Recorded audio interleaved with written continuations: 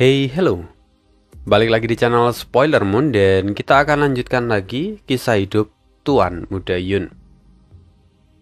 Di part sebelumnya, Yun Xiao berada di bawah tekanan yang luar biasa.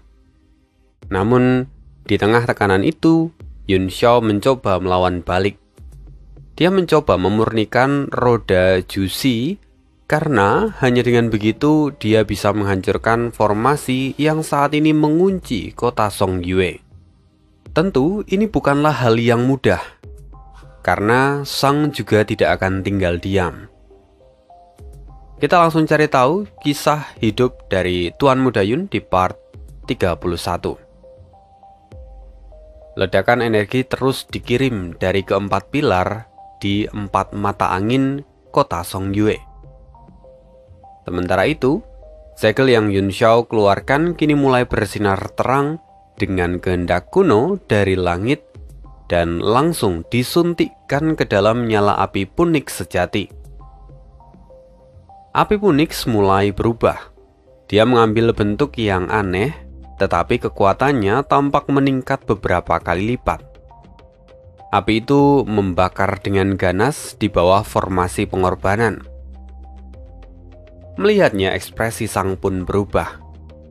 Meskipun kekuatan api Punix masih tergolong lemah dan agak berlebihan untuk mengatakan kalau Yun Xiao bisa memurnikan roda Jusi, tapi tetap saja api Punix dan juga karakter emas kuno yang tidak dikenal itu benar-benar membuat Sang merasa khawatir. Sang segera mengganti segel di tangannya. Kekuatan pemurnian dari energi kehidupan mulai melemah, tetapi pertahanannya meningkat drastis. Langkah yang bagus. Dengan mengubah metodemu, kau akan memperkuat pertahanan dari formasi ini. Di sisi lain, kau juga terus meningkatkan proses pemurnianmu. Tapi apa kau pikir kau bisa membunuh kami semua hanya dalam waktu 1 dupa? Mendengar itu, Sang menoleh ke samping, dan tak jauh dari sana, Xiangzi tampak mendengus. Jangan melihatku. Aku melakukan tugasku, dan aku akan berhenti saat waktuku habis. Itu adalah kesepakatan di antara kita. Mendengar ini, wajah Sang pun menjadi masam. Saat ini, segel demi segel ditambahkan oleh Yun Xiao ke dalam api Punix. Dan efeknya adalah perubahan yang sangat kualitatif. Kalau roda Jusi benar-benar berhasil dimurnikan, maka seluruh formasi akan benar-benar runtuh. Kalau itu terjadi, maka para ahli di ranah Martial Sovereign yang terperangkap di bawah akan benar-benar memusnahkan mereka. Bahkan mereka tak akan punya kesempatan untuk melarikan diri. Memikirkan hal itu, Li Yi tampak menggertakkan gigi. Yun Xiao, kau benar-benar musuh abadi dalam hidupku. Tuan Sang, izinkan saya untuk masuk ke dalam formasi. Saya akan membunuh berdebah ini. Sang berkata dengan dingin. Kalau kau masuk, kau akan ditekan oleh formasi dan juga kekuatan naga. Kalau itu terjadi, maka kau akan mati seketika. Mendengar itu, wajah Li Yi pun menjadi pucat. Penilaian Sang jelas menunjukkan bahwa dirinya, maksudnya Li Yi, masih jauh tertinggal oleh Yun Xiao. Dan itu sungguh membuatnya merasa kesal. Ada rasa enggan dan juga amarah yang terpancar dari wajah Li Yi. Kemudian terdengar sebuah suara lagi. Kalau begitu biarkan saya yang turun. Saya harap saya bisa membunuhnya kali ini. Saya tidak akan membiarkan dia tumbuh lebih jauh, karena kalau tidak, dia akan menjadi terlalu berbahaya. Suara itu berasal dari Yu yang kini melangkah maju. Wajahnya terlihat serius menatap Yun Xiao. Sang terdiam saat mendengar perkataan Yu. Tapi pada akhirnya dia pun setuju. Kau memang yang paling cocok untuk tugas ini. Baik kekuatan fisik ataupun kekuatan jiwa, kamu tak kalah dari Yun Xiao. Lagi pula, yang perlu kamu lakukan hanyalah menghambat Yun Xiao agar tak sempat menghancurkan formasi ini. Setelah itu, Sang lalu membaca mantra ke arah roda Jusi dan membuka pintu untuk Yu agar bisa masuk ke dalam formasi. Dan setelah Yu masuk, Sang kembali menutup pintunya. Mata Yun Xiao berubah menjadi serius. Dengan kehadiran Yu, mustahil untuknya memurnikan roda Jusi dengan tenang. Di bawah tekanan formasi, kini wajah Yu pun ikut berubah drastis. Ia meraung, lalu seketika berubah menjadi wujud iblisnya. Yu berseru, "Kalau aku tak bisa membunuhmu hari ini, aku tak akan pernah tidur tenang." Tubuh Yu membesar lebih dari 2 kali lipat. Cahaya dingin menyelimuti tangannya dan cahaya pedang ikut membesar. Auranya memancarkan tajam, yang mana itu dapat mengguncang ruang di sekitarnya. Tanpa mengatakan apapun, cahaya api berkelebat di antara alis Yun Xiao, dan dari sana, Little King Kong terbang keluar. Dia meraung, lalu berubah menjadi sebesar Yu. Dia menghantam tinjunya ke udara untuk melindungi Yun Xiao. Yun Xiao menggertakkan gigi. Kemudian, dia mengembuskan angin astral purba dalam api Punix. Seketika api itu tumbuh menjulang tinggi dan mulai melahap seluruh roda Jusi. Ia tahu bahwa memurnikan roda Jusi saat ini sangat sulit. Maka yang bisa ia lakukan hanyalah mengulur waktu, agar orang-orang di Serikat Pedagang dapat bertahan sampai kekuatan naga menghilang. Hanya dengan begitu maka para Martial Suffragan dapat menghancurkan formasi ini. Sang panik. Ia segera memusatkan seluruh kekuatan formasi untuk memperkuat pertahanan terhadap api Punix. Dan hasilnya, tekanan di dalam formasi pun berkurang drastis. Yu meraung, "Jangan remehkan aku." Cahaya pedangnya membesar, menyibak udara dan menyerang. "Pedang ke-8," serunya. Little King Kong ikut meraung dan kemudian meninju serangan itu, tetapi kekuatannya jelas lebih lemah dari biasanya. Yun Xiao mengerutkan kening. Awalnya Little King Kong adalah binatang buas iblis, jadi dia tidak akan ketakutan. Tetapi sekarang, meski dia sudah menjadi makhluk setengah artefak, tapi ternyata dia tak bisa mengerahkan kekuatan penuhnya di bawah tekanan sang naga. Boom! Cahaya pedang menggulung dan menghancurkannya. Little King Kong terlihat berteriak kesakitan. Lengan kanannya retak seolah akan hancur. Yun Xiao pun terkejut. Tubuh Little King Kong terbuat dari material tingkat 9, namun bisa rusak oleh serangan Yu. Itu artinya, kekuatan Yu sudah meningkat drastis sejak terakhir kali mereka bertarung. Sementara itu, Yu, dia juga terkejut, karena ia sempat mengira akan menghancurkan Little King Kong hanya dalam 1 kali serangan. Tapi ternyata, Little King Kong hanya terluka ringan. Bahkan lengannya pun mulai pulih dengan cepat.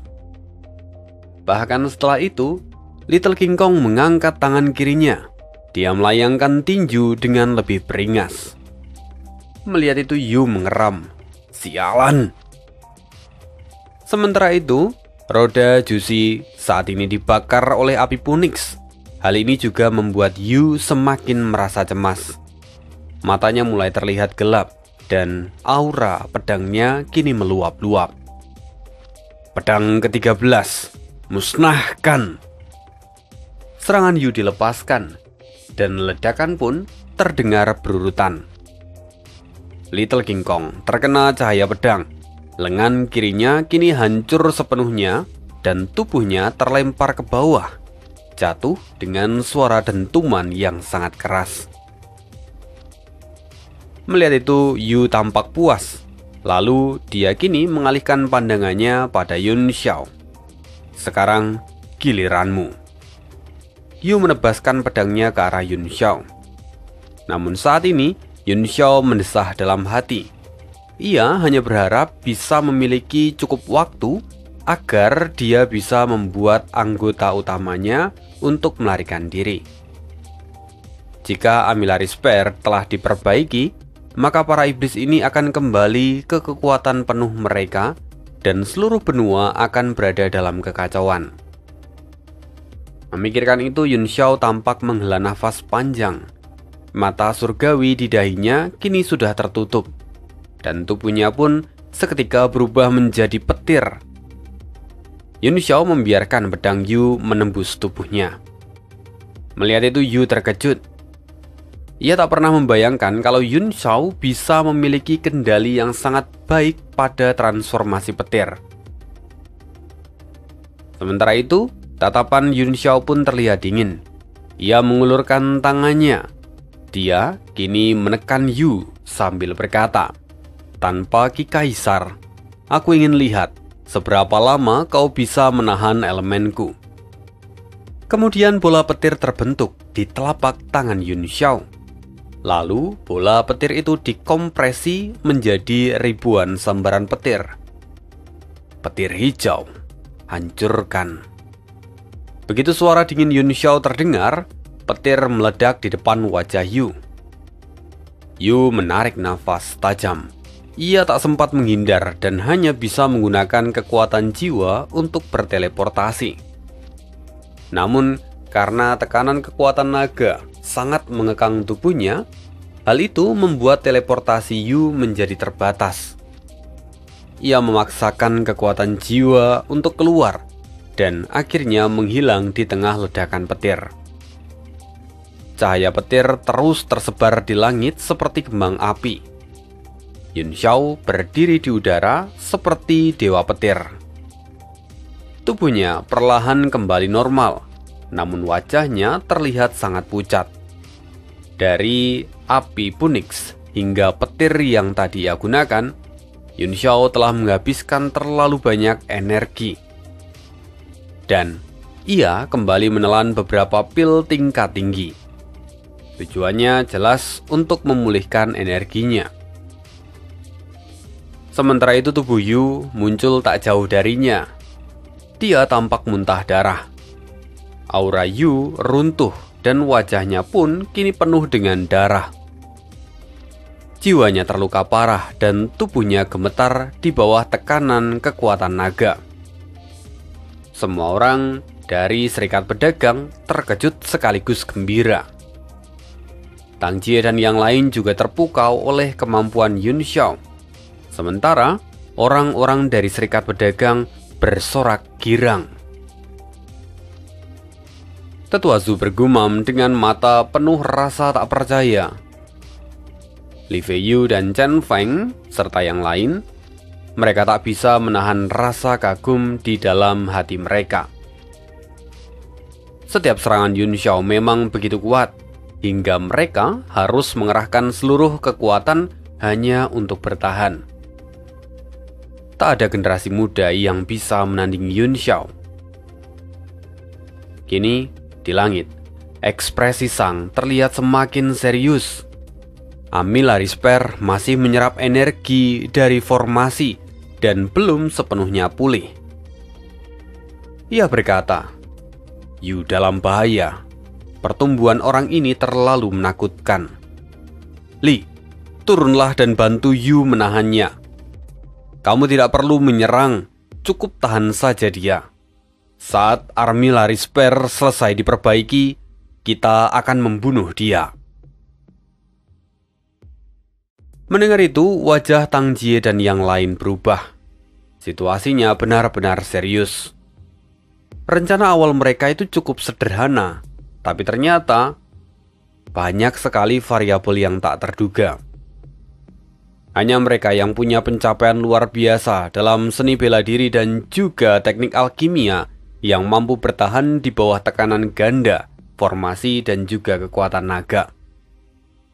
Dan dari semua orang di pihak Sang, tentu satu-satunya kandidat terbaik mereka adalah Yu.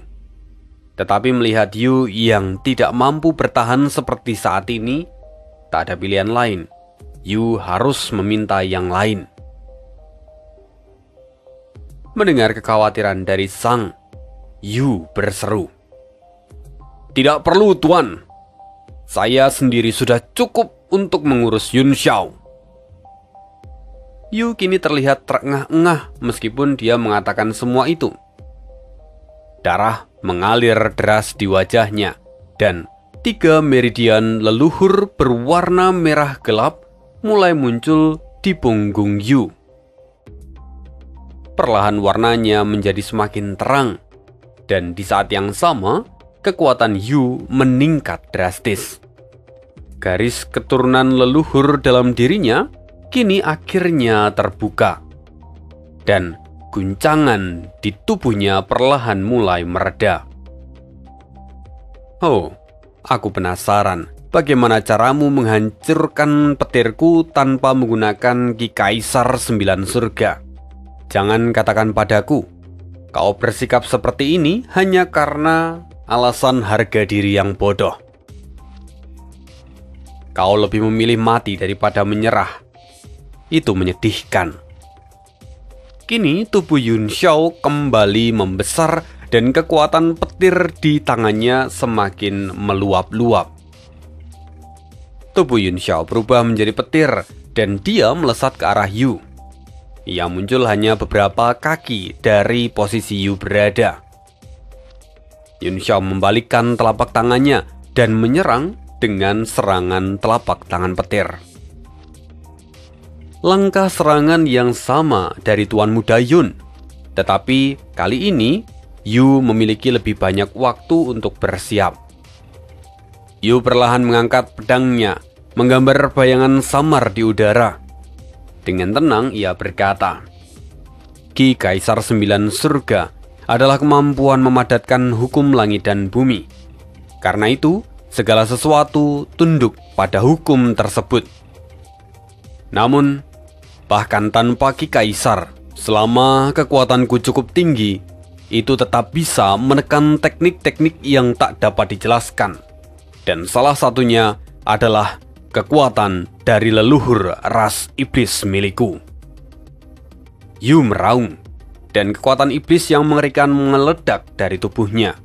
Kekuatan itu benar-benar berbeda dari sebelumnya.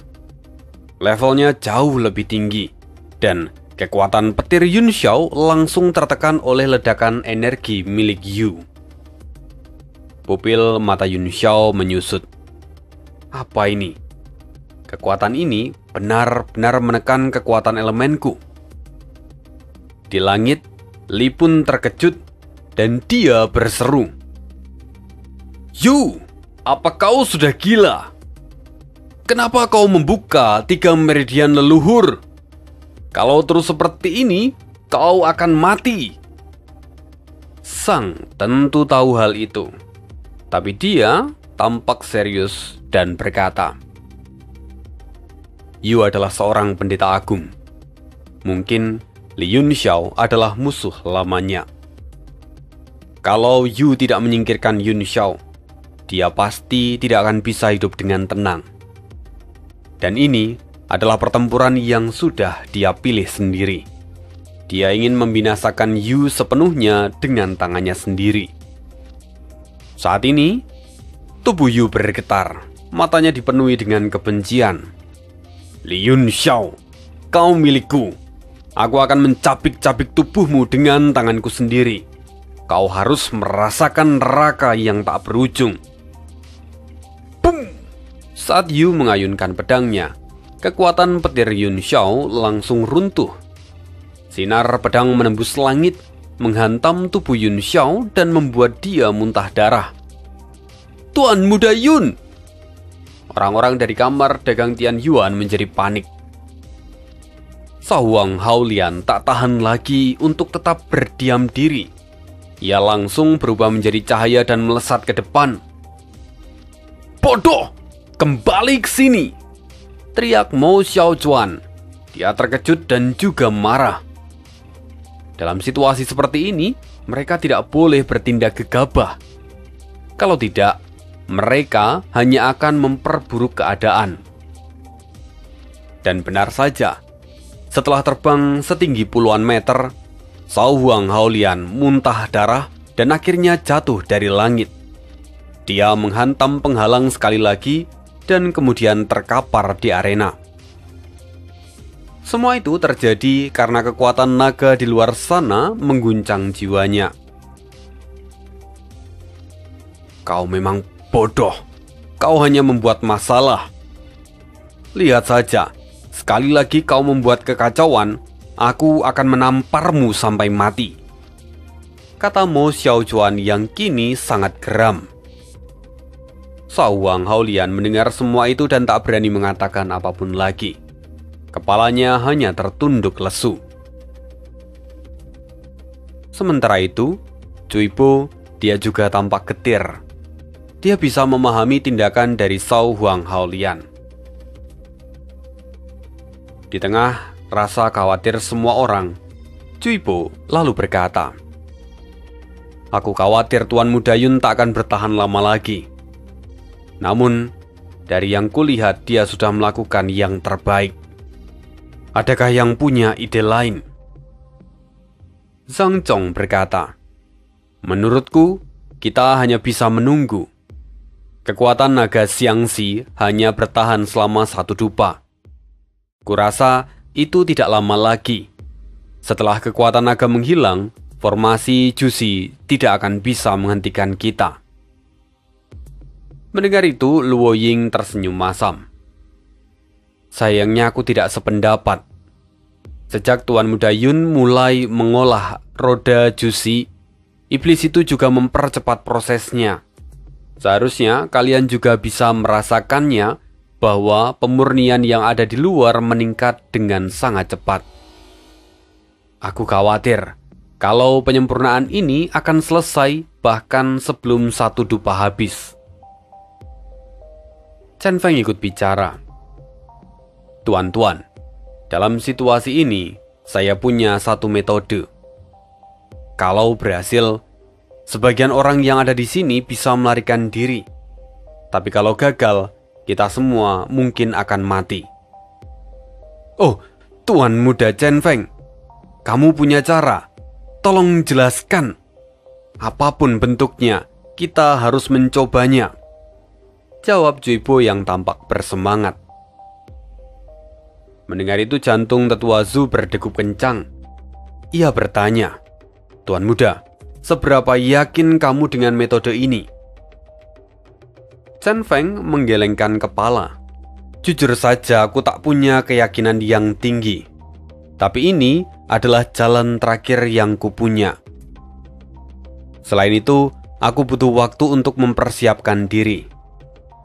Kalau kita menunggu sampai penghalang ini pecah, maka semuanya akan terlambat.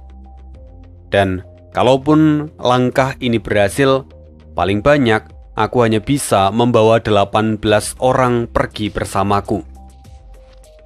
"Apa? 18 orang?" Semua orang yang ada di sana tercengang. Harapan yang baru saja tumbuh di hati mereka kini telah pupus. Hanya 18 orang yang bisa pergi. Dan tentu saja banyak dari mereka tahu kalau mereka tak akan masuk hitungan. Namun para petinggi yang ada di sana tentu meminta Chen Feng untuk menjelaskan metode yang akan ia gunakan. Bagaimanapun, ini adalah satu-satunya harapan mereka saat ini.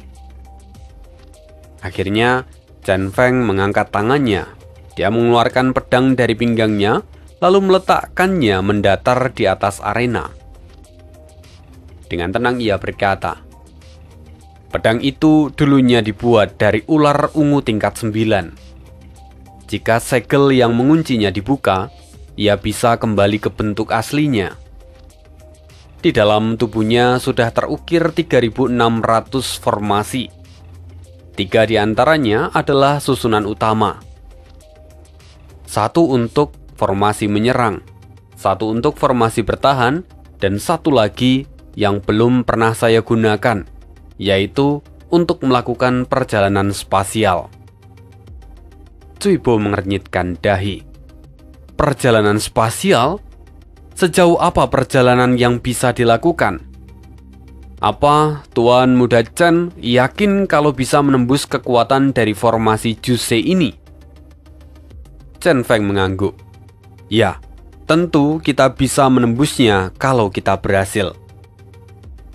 Formasi teleportasi pada pedang ini bisa menembus semua ruang tanpa dibatasi oleh kekuatan apapun. Bahkan, domain manipulasi spasial Liang Yuyi tidak akan mempan terhadap pedangku ini.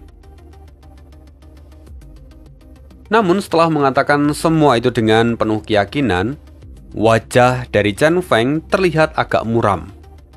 Ia tersenyum pahit. Sayangnya, saya bahkan belum pernah menggunakan ki pedang ini untuk mengirim orang lain. Tetapi, ayahku berkata bahwa ini bukanlah hal yang mustahil untuk dilakukan. Jadi, seharusnya ini masih memiliki kemungkinan berhasil. Cui Po lalu berkata, kalau begitu, bagaimana jika Tuan Muda memindahkan pemimpin sekte pedang ke tempat ini? Jelas tingkat keberhasilannya akan mencapai 100%. Mendengar itu, Tetua Zhu mendengus. Kalau memang pemimpin sekte bisa datang kemari, dia pasti sudah membantai mereka semua dalam satu gerakan. Kita bahkan tidak perlu melarikan diri. Mendengar itu, Cui Po tampak menghela nafas. Benar juga apa yang dikatakan oleh Tetua Zhu. Lalu, Cui Po kembali melihat ke arah Chen Feng dan bertanya, Tuan Muda Chen, bisakah Anda membawa anakku bersama dengan Anda? Ayah, kalau kita tidak pergi bersama, aku tidak mau pergi dari sini, ujar Cui Yuan dengan tegas. Semua orang menegang. Ini satu-satunya jalan untuk melarikan diri. Sekalipun memiliki resiko gagal, tetapi itu lebih baik daripada dia menunggu kematian. Mereka semua menatap Chen Feng dengan penuh harapan. Tak satu pun dari mereka ingin mati. Wajah Cui Po menjadi masam. Dia menatap putranya dan berkata, kalau kau di sini, kau hanya akan menjadi bebanku. Ini bukan waktu yang tepat untuk merengek seperti anak kecil. Setelah mengatakan itu, Cui Po lalu kembali menghadap Chen Feng. Dia membungkukkan badannya dalam-dalam dan berkata, Tuan Muda Chen, tolong berikan satu tempat itu untuk putraku. Kalau dia selamat, aku akan sangat berterima kasih padamu dan juga Sekte Pedang. Semua orang kaget dengan status Cui Po. Dia itu setara dengan Chen Duantian, ayah dari Chen Feng. Tetapi kali ini, dia bahkan tidak ragu menundukkan kepalanya demi kelangsungan hidup putranya. Ini adalah sosok seorang ayah yang sejati. Melihat itu Cui Yuan gemetar. Air matanya mengalir. Dia tahu bahwa ayahnya melakukan semua itu demi dirinya. Mata Cui Yuan kini basah. Ia tak bisa menolak lagi. Bagaimana mungkin ia akan menolak ketulusan hati dari ayahnya? Jantung Chen Feng berdebar. Ia tak menyangka kalau Cui Po akan rela merendahkan diri sampai seperti ini. Jadi, Chen Feng berkata, Tuan Cui, tolong angkat kepalamu. Anda tidak perlu khawatir. Saya akan memberikan satu tempat untuk saudara Cui Yuan. Mendengar itu, Cui Po sangat senang. Terima kasih, Tuan Muda Chen. Setelah mengatakan itu, Cui Po kembali membungkukkan badan sekali lagi. Kemudian, Su Danhe. Dia tiba-tiba berdiri dan berjalan ke depan. Ia meniru Cui Po dan kemudian membungkukkan badan. Tuan Muda Chen Feng, saya adalah tetua agung dari Pavilion Tianyi. Bisakah Anda memberi saya satu tempat? Saya bersedia menukarnya dengan apapun. Kalau saya memang tak memilikinya sekarang, saya akan menggunakan status dan jabatan saya untuk mendapatkan permintaan Anda. Semua orang terdiam. memandang Su Danhe dengan tatapan jijik. Kalau Cui Bo merendahkan diri demi putranya, tapi Su Danhe melakukan semua itu demi dirinya sendiri. Sungguh menyedihkan. Bahkan Chen Feng tak bisa menyembunyikan rasa muaknya ketika melihat Su Danhe. Dia berkata, "Kuotanya terbatas. Saya khawatir saya tidak bisa memberikannya kepada tetua Su." "Kuota terbatas?"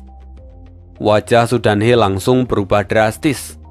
Ia kira statusnya cukup untuk mengamankan satu tempat. Tetapi saat ini, dia malah ditolak mentah-mentah. Su Danhe berseru, "Kalau begitu, tolong sebutkan siapa saja ke-18 orang itu. Saya ingin tahu siapa yang lebih layak dari saya." Chen Feng mendengus.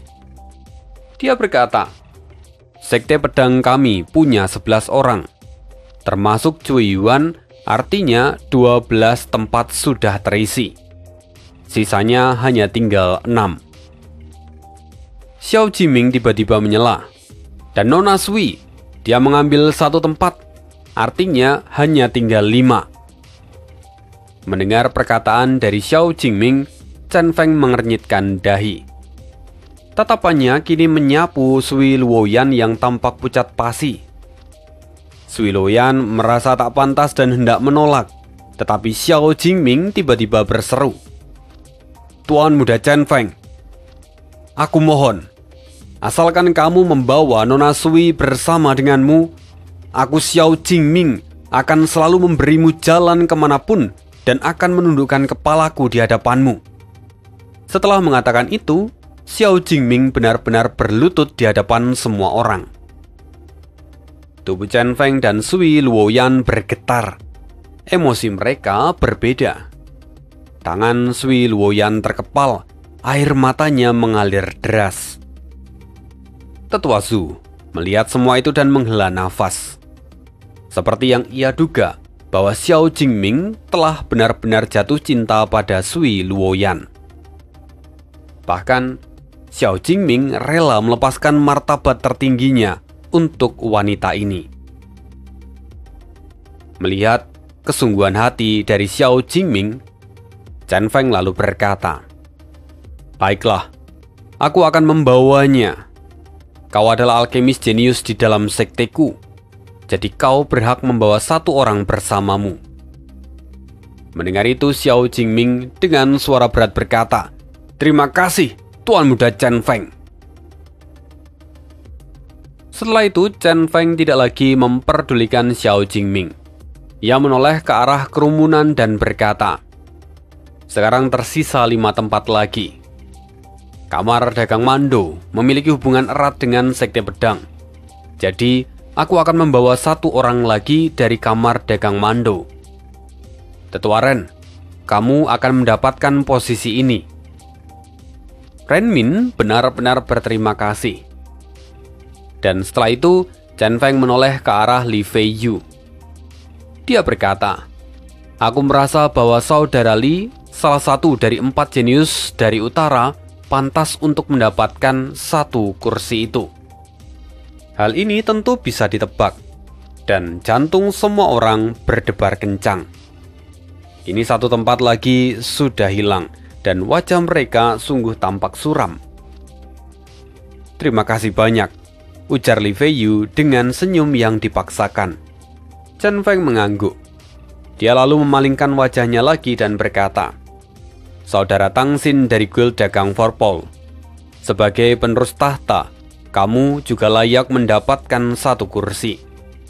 Jika tidak, saat para pemimpin tingkat raja mendengar kejadian hari ini, aku tak akan mampu memberikan penjelasan. Karena itu, kamu akan ikut bersamaku." Tang Xin menundukkan kepala. "Terima kasih, Tuan Muda Chen Feng." Kini wajah semua orang berubah semakin masam. Hanya tersisa 2 tempat. Zhang Chong lalu berkata, "Tuan Muda Chen, tolong pertimbangkan satu tempat untuk Tuan Muda Wudi." Chen Feng merenung sejenak, lalu kemudian berkata, "Baiklah, Tuan Muda Wudi, dia adalah penerus paling menjanjikan di dalam sekte uang, maka dia layak mendapatkan satu tempat."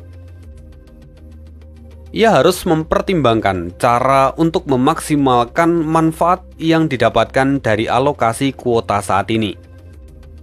Jadi, Chen Feng benar-benar memikirkannya secara serius. Setelah itu, Su Danhe tiba-tiba berseru, "Tinggal satu tempat lagi. Kami belum mendapatkan bagian. Di antara semua orang, siapa yang lebih pantas dariku?" Min Cheng Xiang tersenyum, lalu dia berkata, "Tuan Muda Chen Feng, mungkinkah saya bisa mendapatkan satu posisi ini?"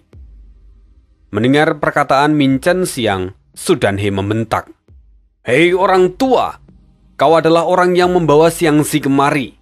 Karena itu, kau harus ikut bertanggung jawab. Aku sudah cukup murah hati karena tidak membunuhmu saat ini." Mendengar semua itu, Chen Feng tampak menghela nafas. Dia menatap langit sejenak dan kemudian berkata, "Awalnya aku ingin menyisakan satu tempat untuk Li Yunxiao.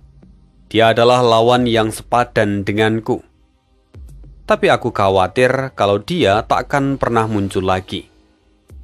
Jadi, tempat terakhir ini akan aku berikan kepada kamar dagang Tian Yuan.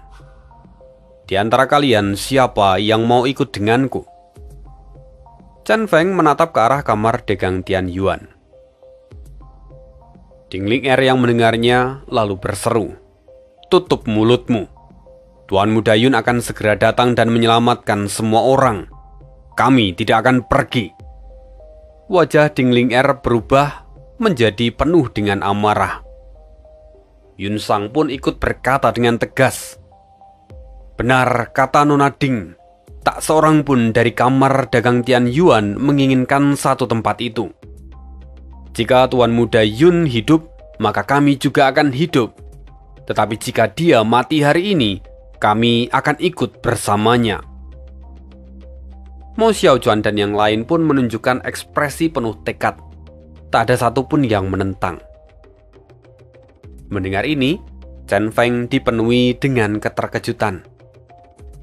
Ia tersenyum lalu berkata, "Aku tak sebanding dengan Li Yunxiao. Meskipun aku pandai memikat wanita, aku tak pernah kekurangan pengikut. Tetapi, kalau aku menghadapi situasi hidup dan mati, aku tidak yakin kalau ada yang bersedia mati bersamaku." Mendengar itu, keempat pelayan Chen Feng yang ada di sampingnya tampak malu. Chun King lalu kemudian berkata, "Tuan Muda, kami berempat selalu bersedia hidup dan mati bersama dengan Tuan Muda." Mendengar itu, Chen Feng mendengus. "Sebaiknya kalian jangan terlalu percaya diri. Atau aku akan menganggap perkataan ini sebagai pembicaraan yang serius." Mendengar itu, wajah Chun King memerah dan ia tak berani mengatakan apapun lagi. Kemudian, Su Danhe yang mendengar semua itu tertawa. Seperti yang Tuan Muda Chen lihat, kamar dagang Thunderwind tidak memenuhi syarat dan kamar dagang Tian Yuan tidak menginginkannya. Maka tempat terakhir itu adalah milik pavilion Tianyi. Chen Feng mengangguk. "Benar, tempat terakhir akan kami berikan kepada pavilion Tianyu. Nona Liang, ikutlah denganku." Mendengar ini, Su Danhe geram. "Liang Yuyi? Tidak, berikan tempat itu padaku. Hei Liang Yuyi, jangan pikir kau bisa bersaing denganku." Mendengar perkataan dari Su Danhe, Chen Feng menyela. "Akulah yang memutuskan siapa yang mendapatkan tempat dan tidak. Hei, kau wanita tua jelek. Menurutmu kau itu siapa? Jangan berisik di hadapanku, aku muak melihat tingkahmu." Kau? Su Danhe sangat marah, tetapi ia harus menahannya. Dengan sopan sekali lagi dia berkata, "Tuan Muda Chen Feng, saya harap Anda mempertimbangkan ini dengan baik. Anda akan memperoleh lebih banyak keuntungan jika menyelamatkan saya. Lagi pula, jika Anda tidak membawa saya, Liang Yuyi juga tidak akan mau pergi. Semua orang benar-benar menunjukkan ekspresi jijik. Mereka pernah melihat orang yang tak tahu malu, tetapi baru kali ini mereka menyaksikan yang tingkatnya sudah sangat akut.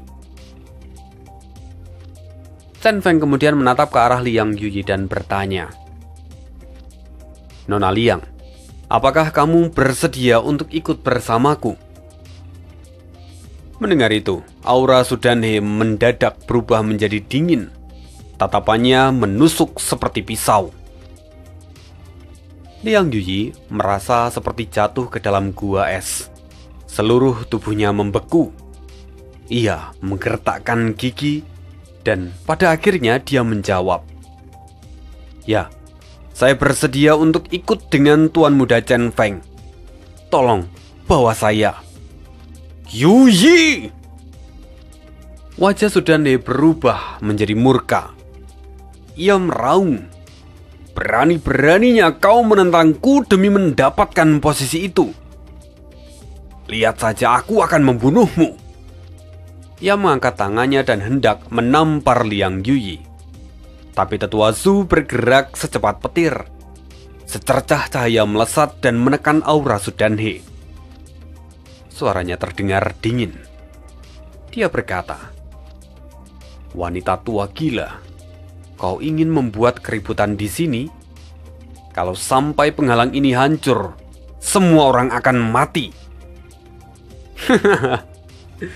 "Kalau aku mati, maka kalian semua juga harus ikut mati bersamaku," kata Sudanhe dengan penuh tawa jahat. Tapi begitu ia selesai bicara, beberapa aura yang kuat langsung menekan Sudanhe. Cuibo berkata dengan dingin, "Sudanhe, kalau kau berani macam-macam, aku akan membunuhmu. Bahkan jika harus merusak penghalang ini, kau akan mati." Bagaimanapun, putra Cuibo termasuk di dalam daftar yang akan pergi bersama dengan Chen Feng. Jadi, dia tentu saja harus memastikan keamanan dari putranya. Wajah Luo Ying juga tampak membeku. Dia berkata, membunuh wanita tua ini semudah membunuh ayam. Takkan ada pengaruh apapun pada penghalang ini. Kalau dia berani bergerak, maka aku akan menyingkirkannya. Zhang Zhong pun ikut bicara. "Hei, Sudanhe, sebaiknya kau berhenti, atau kau akan mati. Kalau kita bekerja sama, mungkin kita masih punya harapan untuk bertahan. Tapi kalau kau terus seperti ini, aku pastikan kau akan mati di tempat pertama." Mendengar itu wajah Sudanhe tampak sangat buruk.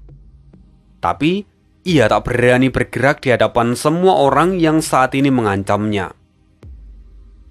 Ia hanya bisa menatap penuh kebencian saat Liang Yuyi melangkah keluar dan menghampiri Chen Feng. Ia berkata dengan getir, "Dasar tak tahu terima kasih." Chen Feng tersenyum tipis. Dia berkata, "Nona Liang, tampaknya Pavilion Tianyi tidak terlalu menghargaimu. Kalau begitu, bagaimana jika kau ikut bergabung dengan sekte pedang kami? Aku jamin kamu akan menjadi murid inti dalam waktu dekat." Mendengar itu Liang Yuyi cukup terkejut. Karena status murid inti dari sekte pedang jauh lebih tinggi daripada murid inti dari Pavilion Tianyi. Itu adalah tawaran yang sangat menggiurkan. Chen Feng tersenyum dan dia berkata lagi, "Nona Liang, kamu tak perlu langsung memberikan jawaban. Pikirkan saja setelah kita nanti keluar. Karena kalau wanita tua jelek itu masih hidup setelah ini, aku khawatir bahwa kau tak akan bisa kembali ke Pavilion Tianyi." Liang Yuyi tampak terkejut. Dia sedikit ragu, tapi pada akhirnya dia menjawab, "Kalau begitu saya harus mengucapkan Terima kasih atas perhatian dari Tuan Muda Chen. Chen Feng tersenyum. Tak perlu berterima kasih. Dengan kekuatanmu, kau pantas mendapatkannya. Aku yakin Sekte Pedang bisa memberimu ruang yang lebih luas untuk berkembang. Mendengar itu semua orang terdiam. Mereka menyadari bahwa kekuatan 7 negara adidaya benar-benar berniat merekrut para pemuda berbakat. Dan mereka takkan pernah kekurangan calon. Lalu, setelah pembagian kuota selesai, Chen Feng mulai menggambar simbol di tanah. Didukung oleh Cui Bo dan yang lain, tak seorang pun berani menunjukkan ketidakpuasan mereka. Mereka hanya bisa berharap bahwa penghalang itu sungguh bisa bertahan sampai dengan akhir. Lalu, setelah pengaturan selesai, Chen Feng mulai mengukir karakter khusus di atas pedangnya dan menggunakan jarinya. Seketika, cahaya pedang itu membesar dan berubah menjadi ular piton ungu raksasa. Cahaya bersinar di sekujur tubuh ular itu memancarkan aura yang luar biasa. Meskipun mata ular itu tampak dipenuhi niat membunuh, namun matanya terlihat seperti mata ikan mati. Chen Feng tak menghiraukannya. Dia lalu berkata, "Ayo berangkat. Semoga kita berhasil keluar dari tempat ini. Yang namanya terpilih, naiklah." Chen Feng melompat ke punggung ular piton ungu itu. Semua orang pun ikut melompat bersama. Meskipun tubuh ular itu besar, tapi hanya cukup untuk menampung 18 orang. Terakhir, Cui Yuan. Dia masih berdiri di samping Cui Bo. Cui Bo tampak masam dan menatap Cui Yuan. "Pergilah." Tapi Cui Yuan bergetar. Ia menunduk. Rambutnya menutupi mata tanpa ekspresi apapun. Jantung Cui Bo berdegup kencang. Ia tahu ini bisa jadi perpisahan terakhir mereka. Lalu Cui Bo menepuk bahu putranya dan berkata lirih, "Dengar baik-baik. Segera kembali ke gurumu setelah kamu keluar nanti. Dan mulai saat ini, berlatihlah dengan tenang. Jangan pernah lagi kau melibatkan dirimu dalam urusan serikat pedagang." Mendengar itu, Cui Yuan merasakan panas dari tangan ayahnya. Cui Yuan tak kuasa. Lututnya tertekuk, dahinya langsung menghantam tanah hingga retak. Ia berseru, "Ayah, biarkan aku tinggal. Jangan usir aku." Tubuh Cui Bo bergetar. "Kenapa? Apa kau belum puas membuat masalah padaku?" Cui Bo lalu menendang Cui Yuan hingga dia terpental, lalu mengirimkan aliran energi yang langsung merusak meridian di keempat anggota tubuhnya. Hal itu membuat Cui Yuan bahkan tak mampu bergerak. Cui Bo berkata, "Fei Yu, tolong jaga dia untukku." Wajah Li Fei Yu dipenuhi dengan kesedihan. Ia lalu memegangi Cui Yuan dan terdiam. Saat itu, hanya para anggota Sekte Pedang yang tampak santai, tetapi sisanya semua terlihat tertekan. Chen Feng mengepalkan mantra di kepala ular itu. Lalu formasi di tubuhnya menyebarkan cahaya yang berkumpul di depan kepalanya. Kemudian titik hitam terbentuk, yang mana titik itu perlahan membesar dan menciptakan sebuah terowongan spasial. Di atas formasi pengorbanan, para anggota ras iblis melotot. Li bergumam tak percaya. Terowongan spasial? Bagaimana bisa terowongan itu muncul di bawah formasi Jusi? Sang terlihat merenung. Kemungkinan besar itu adalah kemampuan spasial yang dimiliki ular ungu itu saat dia masih hidup. Tak pernah kusangka kalau akan ada yang punya teknik seperti ini dan bisa lolos dari 18 perangkap yang kita siapkan. Sepertinya dunia memang terlalu luas dan ada banyak kekuatan spiritual yang begitu dalam.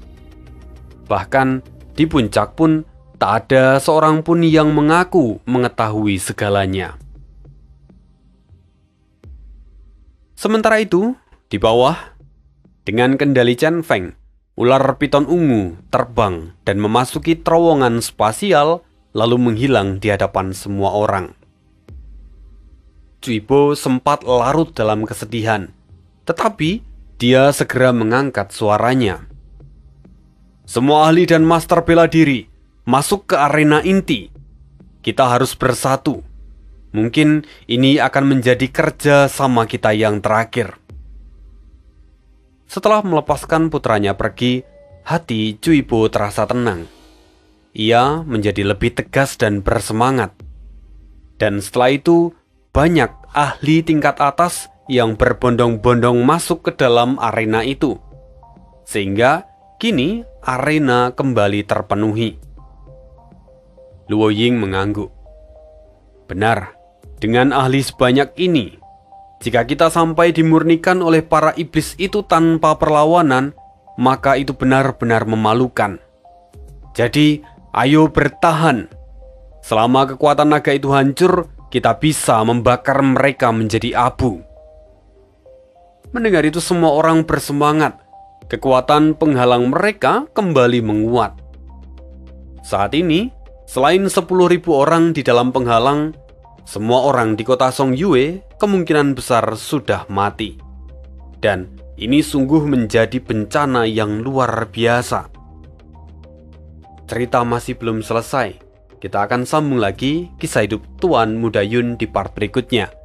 Sekian untuk hari ini. See you again di next video dan bye.